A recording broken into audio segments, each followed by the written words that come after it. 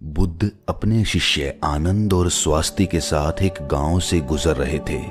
अचानक एक आदमी आया और उसने बुद्ध से पूछा कि बुद्ध, क्या ईश्वर हैं? बुद्ध ने पूछा, तुम्हें क्या लगता है? तो उस व्यक्ति ने उत्तर दिया कि मुझे तो लगता है कि ईश्वर हैं, पर आपका क्या ख्याल है?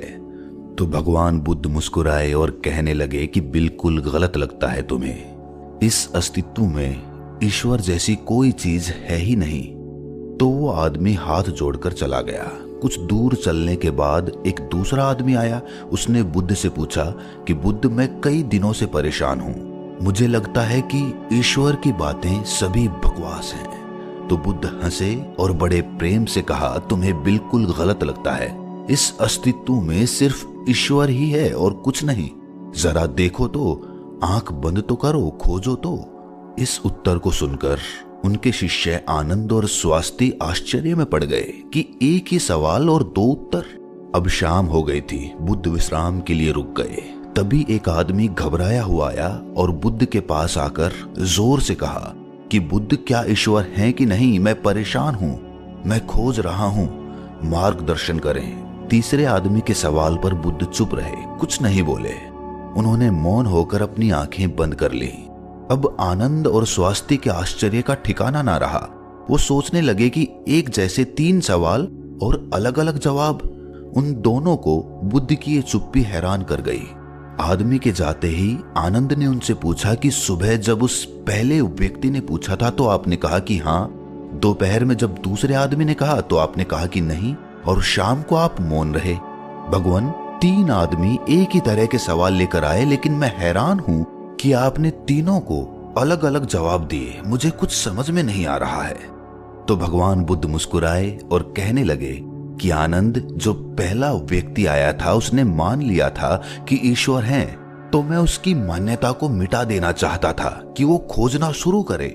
ईश्वर हैं ये मानकर बैठ ना जाए, वो सत्य तक पहुंचे और उसका अनुभव करे। और दूसरे व्यक्ति ने भी मान लिया था कि ईश्वर की बातें कोरी बकवास है। मैंने उसकी धारणा को भी मिटा दिया ताकि वो भी खोजे कि ईश्वर है कि नहीं। और तीसरा आदमी अभी संशय में था, वो खोज रहा था, इसीलिए मैं मौन रह गया। यहाँ पर मौन रह जाना ही उचित था।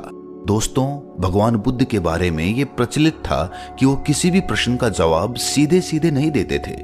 उनके जवाब रहस्य से भरे होते थे।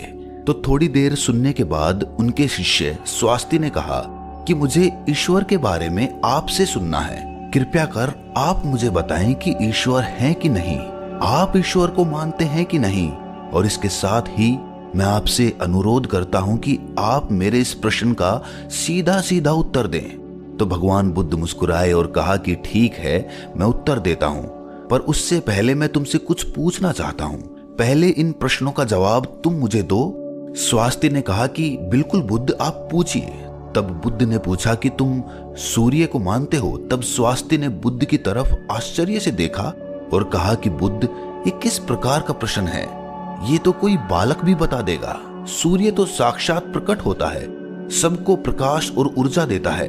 हम सभी का जीवन उसी पर आधारित होता है, वो तो साक्षात है। तो भगवान बुद्ध ने कहा, जिस प्रकार सूर्य साक्षात है तो उसे मानने का कोई प्रश्न ही नहीं उठता। फिर ईश्वर है कि नहीं, ये प्रश्न क्यों उठा? इसका तो यही अर्थ है कि तुम्हारे मन में ईश्वर को लेकर संदेह है, क्योंकि ईश्वर सूर्य की भांति प्रत्यक्ष नहीं है और तुम भी ईश्वर को बुद्धि से ढूंढने निकले हो। बुद्धि केवल उन्हीं बातों को मान पाती है जो उसे प्रत्यक्ष रूप से दिखाई पड़ता है, और ईश्वर कभी भी प्रत्यक्ष रूप से तुमको दिखाई नहीं पड़ेगा। और अगर दिख भी गया तो वो ईश्वर नहीं होगा। ईश्वर को मानते हैं कि नहीं मानते, असल में ये प्रश्न ही गलत है। और गलत प्रश्न का सही उत्तर भला कैसे दिया जा सकता है? और यदि किसी प्रकार दिया भी जा सकता है तो वो उत्तर भी इस प्रश्न की भांति गलत ही होगा। स्वास्थ्य द्विधा में पड़ गया। उसने कहा, बुद्ध, मुझे कुछ समझ नहीं आ रहा। तब भगवान बुद्ध ने कहा कि ईश्वर को माना नहीं जा सकता, बल्कि ईश्वर को जाना जा सकता है। अगर तुम्हारा प्रश्न ये होता कि मैं ईश्वर को जानना चाहता हूं, तब मैं तुम्हारी मदद कर सकता था। इस संसार में कुछ भी मानने वाले लोग जानने से चूक जाते हैं, उनका विकास रुक जाता है। जिनका स्वयं का कोई बोध नहीं होता, वो सत्य क्या है कभी नहीं जान पाते। जान केवल वही पाता है जो निरंतर खोज रहा है। जानने की यात्रा थोड़ी मुश्किल है, लेकिन मानना बहुत आसान है। मानने में ना कोई खर्च है, ना कोई परिश्रम। किसी ने कह दिया, किसी ने आपको समझा दिया, बुद्धि संतुष्ट हो गई और आपने मान लिया। लेकिन मानकर रुक जाने वाले लोग इस संसार के सबसे अभागे प्राणी हैं। बोध के बिना ज्ञान व्यर्थ होता है। तो अगले दिन सुबह वही जिज्ञासु जिसके प्रश्न पर बुद्ध शांत मौन हो गए थे, फिर से आए और उसने बुद्ध से प्रश्न किया कि हे बुद्ध, आप शाम को मौन हो गए थे। मेरे जीवन का एक ही लक्ष्य रहा है कि ईश्वर को खोज लूं, वो कहाँ है, कैसा है, उनसे ब्रह्म ज्ञान की प्राप्ति कर लूं। और मैंने सुना है कि आपको ब्रह्म ज्ञान उपलब्ध हुआ है, तो आप अवश्य ही ईश्वर से मिले होंगे। तो क्या आप ईश्वर की खोज में मेरी सहायता नहीं करेंगे? तो बुद्ध ने कहा, जिसे तुम खोज रहे हो उसे तुमने कहां कहां खोजा? तो वो जिज्ञासु बोला, बुद्ध, मैंने सभी तीर्थ, सभी मंदिर और पूरी दुनिया का भ्रमण किया। यज्ञ, हवन, बड़े बड़े अनुष्ठान सब पूरे किए। मैंने वो सभी कार्य किए जो मुझे ईश्वर प्राप्ति के लिए कहे गए थे, लेकिन फिर भी मुझे आज तक ईश्वर नहीं मिले। तब मुझे किसी ने बताया कि आपको परम ज्ञान उपलब्ध हुआ है, इसका मतलब आपने ईश्वर को जरूर देखा होगा। तो क्या आप मेरी सहायता करेंगे? बुद्ध ने कहा, मेरा एक सफेद मोती खो गया है, मैं उसी को खोज रहा हूं। क्या तुम मेरी सहायता कर सकते हो? वो जिज्ञासु बोला, हाँ, मैं बिल्कुल कर सकता हूं। मैं अभी आपका मोती खोज कर दे देता हूं। वो मोती ढूंढने लगा। धीरे धीरे समय बीतता जा रहा था। काफी समय ढूंढने के बाद भी मोती नहीं मिला। तो वो बुद्ध के पास गया और बोला, मैंने बहुत ढूंढा, लेकिन वो मोती मुझे नहीं मिला। ये सुनकर बुद्ध ने कहा कि वो मोती अगर तुम मुझे ढूंढ कर दे दोगे तभी मैं तुम्हारी कोई सहायता करूंगा। क्या तुम्हें तुम्हारे सवालों का जवाब नहीं चाहिए? तो वो जिज्ञासु फिर से मोती ढूंढने लगा, लेकिन काफी समय बीत जाने के बाद वो बुद्ध के पास आकर बोला कि आप ठीक से याद करके बताइए कि मोती कहाँ खोया था। तो भगवान बुद्ध ने मुस्कुराते हुए कहा, वो मोती तो मेरी कुटिया में खोया था। तो वो आदमी बहुत झुंझला गया और कहने लगा कि आप मुझे मूर्ख बना रहे हैं। आप केवल ज्ञानी होने का ढोंग करते हैं। आपको इतना नहीं पता कि जो चीज कुटिया में खोई है वो बाहर कैसे मिल सकती है? वो कुटिया में ही मिलेगी। आपको उसे वहीं खोजना चाहिए था। तो बुद्ध मुस्कुराते हुए बोले, मैं भी तो तुम्हें यही समझाना चाहता हूं। जो चीज तुम्हारे भीतर खो गई है वो चीज तुम्हें बाहर कैसे मिलेगी? तुम कई वर्षों तक बाहर खोजबीन करते रहे, लेकिन एक पल के लिए भी तुमने अपने भीतर खोजा? अपने अंदर खोजो, तब तुम्हें ज्ञान मिलेगा। ये सुनकर जिज्ञासु बोला, हे बुद्ध, आपकी बात तो मैं समझ गया, लेकिन अभी भी मैं ये नहीं समझ पा रहा हूं कि मैं अपने अंदर क्या खोजूं। बुद्ध बोले, तुम अपने ईश्वर को खोजना चाहते हो ना, पर क्या तुमने कभी अपने आप को खोजा है? जिज्ञासु बोला, बुद्ध, मैं अपने आप को जानता हूं। मैं अपना नाम, पद, काम, परिवार, जब से मैंने जन्म लिया है तब से ये सभी चीजें जानता हूं। मैं कुछ भी नहीं भूला हूं। तो फिर मुझे और क्या जानने की जरूरत है? मैं क्या जानूं? तब बुद्ध ने कहा, अभी बताओ, इस समय तुम्हारे सबसे नजदीक कौन है? जिज्ञासु बोला, इस समय तो आप ही मेरे नजदीक हैं। बुद्ध ने कहा, उससे भी ज्यादा नजदीक कौन है? उसने कहा, आपसे ज्यादा नजदीक तो हवा है। बुद्ध ने कहा, हवा से ज्यादा नजदीक क्या है? जिज्ञासु सोचकर बोला, हवा से ज्यादा नजदीक तो मेरे वस्त्र हैं। तब बुद्ध ने कहा, और इन वस्त्रों से ज्यादा नजदीक क्या है? तब जिज्ञासु बोला, इससे ज्यादा नजदीक तो कुछ भी नहीं है। तब बुद्ध ने कहा, अपनी आंखें बंद करो, बिल्कुल शांत होकर अपने भीतर खोजो, तुम्हारे भीतर क्या है। विचारों को हटा दो और ध्यान दो, तुम्हारे नजदीक क्या है। थोड़े समय बाद बुद्ध उससे पूछते हैं, तुम्हारे सबसे नजदीक क्या है? जिज्ञासु बोला, पहले ऐसे लगा मेरी सांसें मेरे सबसे ज्यादा नजदीक हैं, लेकिन धीरे धीरे मेरी सांसें मुझसे दूर होती चली गईं। फिर मुझे लगा कि मेरी दिल की धड़कन मेरे सबसे ज्यादा नजदीक है, और वो भी धीरे धीरे मुझसे दूर हो गई। मैं खुद से ही दूर हो गया। मुझे अलग अनुभव हुआ, मैं कहीं नहीं हूं फिर भी हूं। बुद्ध, मैं इस चीज को अभी भी नहीं समझ पा रहा हूं, ये क्या है? बुद्ध मुस्कुराए और कहने लगे कि अब तुम सही खोज कर रहे हो। शीघ्र ही तुम्हें तुम्हारा मोती मिल जाएगा। वो जो तुम्हें समझ नहीं आ रही थी वो समझ आ जाएगी। ये सुनकर जिज्ञासु ने बुद्ध से अपनी अभद्रता के लिए माफी मांगी और उनका आभार व्यक्त किया कि आपने मुझे ज्ञान का रास्ता दिखाया। तो ईश्वर को मानो नहीं, जानो। जब तुम ईश्वर को जान जाओगे, उसका स्वाद चख लोगे, तब तुम भी उस बात को किसी को बता नहीं पाओगे, उस ईश्वर की सीधी व्याख्या नहीं कर पाओगे, लेकिन दूसरों को ईश्वर का स्वाद चखाने में मदद कर सकोगे। बुद्ध तत्व संबंधित प्रश्न जैसे ईश्वर व आत्मा, इनसे संबंधित प्रश्नों से बचा करते थे, उनका उत्तर नहीं देते थे। और अगर कहीं विवशता पड़ी, उसका उत्तर देना पड़ा, तो वो उदाहरण के माध्यम से समझाने का प्रयास करते थे। जिन्होंने भी ईश्वर का वर्णन किया, उनके अनुयायियों ने अलग अलग समुदाय बना लिए और अपने ईश्वर को सही और दूसरे के ईश्वर को गलत मानने लगे। बुद्ध इस बात को जानते थे, इसीलिए कई बार उन्होंने ईश्वर को नकारा था। उन्होंने ईश्वर को इनकार इसीलिए किया ताकि आपकी प्यास और गहरी हो सके और आप स्वयं उसे जाने। उन्होंने सदैव कहा है कि मेरे या किसी के कहने को मानो नहीं, स्वयं अनुभव करो। दूसरों के कहने या सुनने से धारणा उत्पन्न होती है और धारणा खोज में सबसे बड़ी बाधा होती है।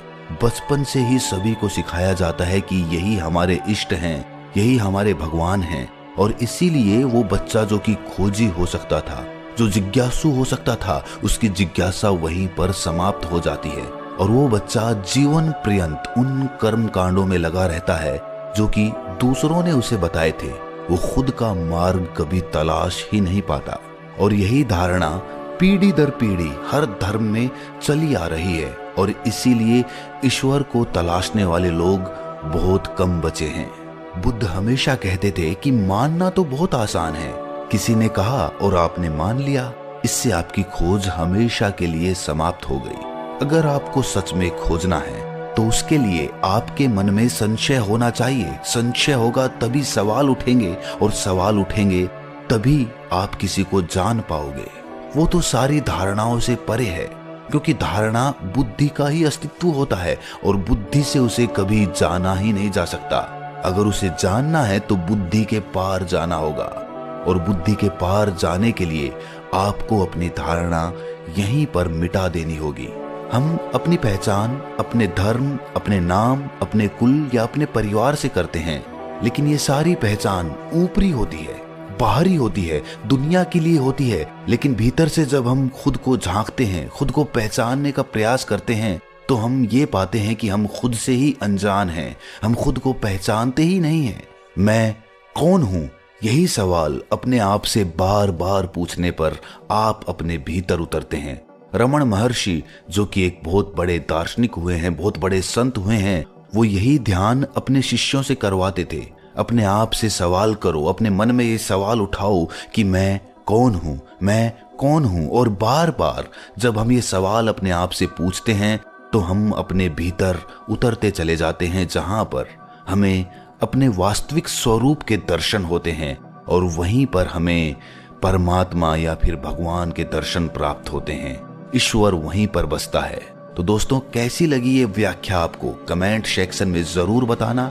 कोई प्रश्न हो तो भी कमेंट्स में जरूर पूछना।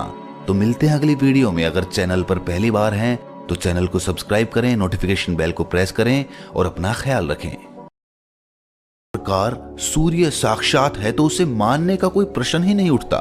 फिर ईश्वर है कि नहीं, ये प्रश्न क्यों उठा? इसका तो यही अर्थ है कि तुम्हारे मन में ईश्वर को लेकर संदेह है, क्योंकि ईश्वर सूर्य की भांति प्रत्यक्ष नहीं है और तुम भी ईश्वर को बुद्धि से ढूंढने निकले हो। बुद्धि केवल उन्हीं बातों को मान पाती है जो उसे प्रत्यक्ष रूप से दिखाई पड़ता है, और ईश्वर कभी भी प्रत्यक्ष रूप से तुमको दिखाई नहीं पड़ेगा, और अगर दिख भी गया तो वो ईश्वर नहीं होगा। ईश्वर को मानते हैं कि नहीं मानते, असल में ये प्रश्न ही गलत है, और गलत प्रश्न का सही उत्तर भला कैसे दिया जा सकता है? और यदि किसी प्रकार दिया भी जा सकता है तो वो उत्तर भी इस प्रश्न की भांति गलत ही होगा। स्वास्थ्य द्विधा में पड़ गया। उसने कहा, बुद्ध, मुझे कुछ समझ नहीं आ रहा। तब भगवान बुद्ध ने कहा कि ईश्वर को माना नहीं जा सकता, बल्कि ईश्वर को जाना जा सकता है। अगर तुम्हारा प्रश्न ये होता कि मैं ईश्वर को जानना चाहता हूं, तब मैं तुम्हारी मदद कर सकता था। इस संसार में कुछ भी मानने वाले लोग जानने से चूक जाते हैं, उनका विकास रुक जाता है। जिनका स्वयं का कोई बोध नहीं होता, वो सत्य क्या है कभी नहीं जान पाते। जान केवल वही पाता है जो निरंतर खोज रहा है। जानने की यात्रा थोड़ी मुश्किल है, लेकिन मानना बहुत आसान है। मानने में ना कोई खर्च है, ना कोई परिश्रम। किसी ने कह दिया, किसी ने आपको समझा दिया, बुद्धि संतुष्ट हो गई और आपने मान लिया। लेकिन मानकर रुक जाने वाले लोग इस संसार के सबसे अभागे प्राणी हैं। बोध के बिना ज्ञान व्यर्थ होता है। तो अगले दिन सुबह वही जिज्ञासु जिसके प्रश्न पर बुद्ध शांत मौन हो गए थे, फिर से आए और उसने बुद्ध से प्रश्न किया कि हे बुद्ध, आप शाम को मौन हो गए थे। मेरे जीवन का एक ही लक्ष्य रहा है कि ईश्वर को खोज लूं, वो कहाँ है, कैसा है, उनसे ब्रह्म ज्ञान की प्राप्ति कर लूं। और मैंने सुना है कि आपको ब्रह्म ज्ञान उपलब्ध हुआ है, तो आप अवश्य ही ईश्वर से मिले होंगे। तो क्या आप ईश्वर की खोज में मेरी सहायता नहीं करेंगे? तो बुद्ध ने कहा, जिसे तुम खोज रहे हो उसे तुमने कहां कहां खोजा? तो वो जिज्ञासु बोला, बुद्ध, मैंने सभी तीर्थ, सभी मंदिर और पूरी दुनिया का भ्रमण किया। यज्ञ, हवन, बड़े बड़े अनुष्ठान सब पूरे किए। मैंने वो सभी कार्य किए जो मुझे ईश्वर प्राप्ति के लिए कहे गए थे, लेकिन फिर भी मुझे आज तक ईश्वर नहीं मिले। तब मुझे किसी ने बताया कि आपको परम ज्ञान उपलब्ध हुआ है, इसका मतलब आपने ईश्वर को जरूर देखा होगा। तो क्या आप मेरी सहायता करेंगे? बुद्ध ने कहा, मेरा एक सफेद मोती खो गया है, मैं उसी को खोज रहा हूं। क्या तुम मेरी सहायता कर सकते हो? वो जिज्ञासु बोला, हाँ, मैं बिल्कुल कर सकता हूं। मैं अभी आपका मोती खोज कर दे देता हूं। वो मोती ढूंढने लगा। धीरे धीरे समय बीतता जा रहा था। काफी समय ढूंढने के बाद भी मोती नहीं मिला। तो वो बुद्ध के पास गया और बोला, मैंने बहुत ढूंढा, लेकिन वो मोती मुझे नहीं मिला। ये सुनकर बुद्ध ने कहा कि वो मोती अगर तुम मुझे ढूंढ कर दे दोगे तभी मैं तुम्हारी कोई सहायता करूंगा। क्या तुम्हें तुम्हारे सवालों का जवाब नहीं चाहिए? तो वो जिज्ञासु फिर से मोती ढूंढने लगा, लेकिन काफी समय बीत जाने के बाद वो बुद्ध के पास आकर बोला कि आप ठीक से याद करके बताइए कि मोती कहाँ खोया था। तो भगवान बुद्ध ने मुस्कुराते हुए कहा, वो मोती तो मेरी कुटिया में खोया था। तो वो आदमी बहुत झुंझला गया और कहने लगा कि आप मुझे मूर्ख बना रहे हैं। आप केवल ज्ञानी होने का ढोंग करते हैं। आपको इतना नहीं पता कि जो चीज कुटिया में खोई है वो बाहर कैसे मिल सकती है? वो कुटिया में ही मिलेगी। आपको उसे वहीं खोजना चाहिए था। तो बुद्ध मुस्कुराते हुए बोले, मैं भी तो तुम्हें यही समझाना चाहता हूं। जो चीज तुम्हारे भीतर खो गई है वो चीज तुम्हें बाहर कैसे मिलेगी? तुम कई वर्षों तक बाहर खोजबीन करते रहे, लेकिन एक पल के लिए भी तुमने अपने भीतर खोजा? अपने अंदर खोजो, तब तुम्हें ज्ञान मिलेगा। ये सुनकर जिज्ञासु बोला, हे बुद्ध, आपकी बात तो मैं समझ गया, लेकिन अभी भी मैं ये नहीं समझ पा रहा हूं कि मैं अपने अंदर क्या खोजूं। बुद्ध बोले, तुम अपने ईश्वर को खोजना चाहते हो ना, पर क्या तुमने कभी अपने आप को खोजा है? जिज्ञासु बोला, बुद्ध, मैं अपने आप को जानता हूं। मैं अपना नाम, पद, काम, परिवार, जब से मैंने जन्म लिया है तब से ये सभी चीजें जानता हूं। मैं कुछ भी नहीं भूला हूं। तो फिर मुझे और क्या जानने की जरूरत है? मैं क्या जानूं? तब बुद्ध ने कहा, अभी बताओ, इस समय तुम्हारे सबसे नजदीक कौन है? जिज्ञासु बोला, इस समय तो आप ही मेरे नजदीक हैं। बुद्ध ने कहा, उससे भी ज्यादा नजदीक कौन है? उसने कहा, आपसे ज्यादा नजदीक तो हवा है। बुद्ध ने कहा, हवा से ज्यादा नजदीक क्या है? जिज्ञासु सोचकर बोला, हवा से ज्यादा नजदीक तो मेरे वस्त्र हैं। तब बुद्ध ने कहा, और इन वस्त्रों से ज्यादा नजदीक क्या है? तब जिज्ञासु बोला, इससे ज्यादा नजदीक तो कुछ भी नहीं है। तब बुद्ध ने कहा, अपनी आंखें बंद करो, बिल्कुल शांत होकर अपने भीतर खोजो, तुम्हारे भीतर क्या है। विचारों को हटा दो और ध्यान दो, तुम्हारे नजदीक क्या है। थोड़े समय बाद बुद्ध उससे पूछते हैं, तुम्हारे सबसे नजदीक क्या है? जिज्ञासु बोला, पहले ऐसे लगा मेरी सांसें मेरे सबसे ज्यादा नजदीक हैं, लेकिन धीरे धीरे मेरी सांसें मुझसे दूर होती चली गईं।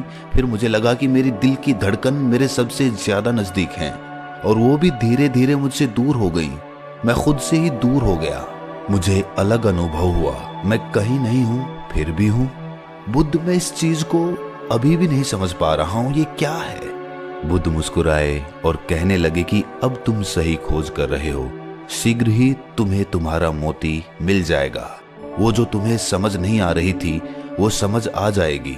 ये सुनकर जिज्ञासु ने बुद्ध से अपनी अभद्रता के लिए माफी मांगी और उनका आभार व्यक्त किया कि आपने मुझे ज्ञान का रास्ता दिखाया। तो ईश्वर को मानो नहीं, जानो। जब तुम ईश्वर को जान जाओगे, उसका स्वाद चख लोगे, तब तुम भी उस बात को किसी को बता नहीं पाओगे, उस ईश्वर की सीधी व्याख्या नहीं कर पाओगे, लेकिन दूसरों को ईश्वर का स्वाद चखाने में मदद कर सकोगे। बुद्ध तत्व संबंधित प्रश्न जैसे ईश्वर व आत्मा, इनसे संबंधित प्रश्नों से बचा करते थे, उनका उत्तर नहीं देते थे। और अगर कहीं विवशता पड़ी, उसका उत्तर देना पड़ा, तो वो उदाहरण के माध्यम से समझाने का प्रयास करते थे। जिन्होंने भी ईश्वर का वर्णन किया, उनके अनुयायियों ने अलग अलग समुदाय बना लिए और अपने ईश्वर को सही और दूसरे के ईश्वर को गलत मानने लगे। बुद्ध इस बात को जानते थे, इसीलिए कई बार उन्होंने ईश्वर को नकारा था। उन्होंने ईश्वर को इनकार इसीलिए किया ताकि आपकी प्यास और गहरी हो सके और आप स्वयं उसे जाने। उन्होंने सदैव कहा है कि मेरे या किसी के कहने को मानो नहीं, स्वयं अनुभव करो। दूसरों के कहने या सुनने से धारणा उत्पन्न होती है और धारणा खोज में सबसे बड़ी बाधा होती है।